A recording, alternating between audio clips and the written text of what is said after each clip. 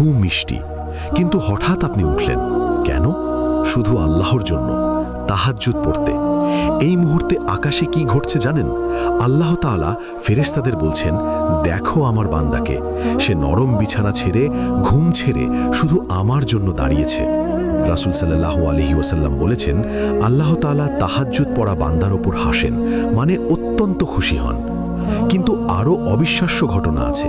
আল্লাহ তাআলা রাতের শেষ তৃতীয়াংশে প্রথম আসমানে নেমে আসেন এবং বলেন, কে আছো দোয়া করার, আমি কবুল করব।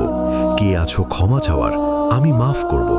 চিন্তা করুন, স্বয়ং আল্লাহ আপনার জন্য অপেক্ষা করছেন। কিন্তু সবচেয়ে ইমোশনাল হাদিস শুনুন। এক সাহাবী প্রতি রাতে তাহাজ্জুদ পড়তেন।